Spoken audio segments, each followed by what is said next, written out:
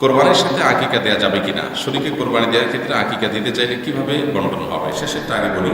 শরীকে কোরবানি দিলে আকিকার সাথে যদি কোরবানি দেন তাহলে কোরবানির যেরকম একটা ভাগ হবে আকিকারও একটা ভাগ হবে, 7 ভাগের 1 ভাগ। এটা হলো যে সমস্ত ওলামায়ে কেরাম এটাকে জায়েজ মনে করেন তাদের মতে এইভাবে বন্টন করবেন গোশতকে।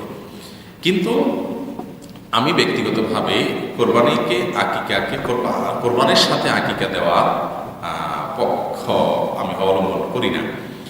ওলামায়ে কেরাম জায়েজ বলেছেন সেটা ভিন্ন কথা, আমি কেন করি না? কারণ হলো কোরবানির সাথে আকিকা দেওয়ার সরল অর্থ হলো আকিকার সুন্নত তরক করা। কিভাবে আকিকা সুন্নত তরক করা? এরকম ঘটনা হাজারে লাখে কয়টা ঘটে যে একজনের সন্তান যেদিন হয়েছে 7ম দিনে কোরবানি ঈদের দিন, এরকম ব্যাটে বলে মিলে সাধারণত যারা কোরবানির সাথে আকিকা দেয় তাদের শতকরা 99 জন, বরং আরো বেশি। এই মানুষগুলোর যে সিস্টেম সেটা হলো, ধরেন ছেলে হয়েছে 6 মাস আগে বা 3 মাস আগে, মেয়ে হয়েছে 6 মাস আগে 3 মাস আগে, যখন সন্তান হয়েছে সুন্নত হলো তার কতদিন পরে আকিকা দেওয়া? 7 দিন পরে না, যেদিন হয়েছে তার 6 দিন পরে, মানে 7ম দিনে। 7ম দিনে আকিকা দেওয়া হলো সুন্নাত।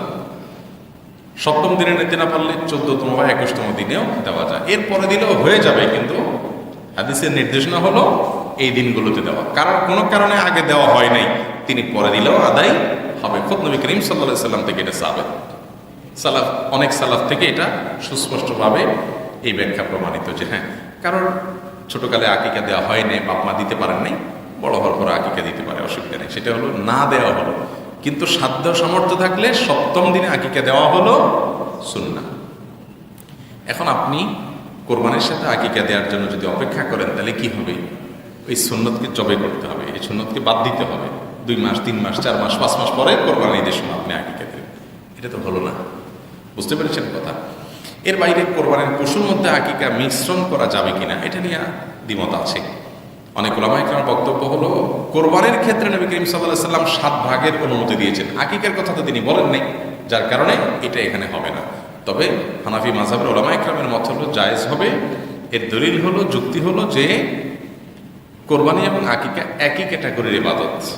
কোরবানির যেহেতু 7 ভাগ চলে একটা গরুতে, আকিকার 1 ভাগও সেখানে চলবে।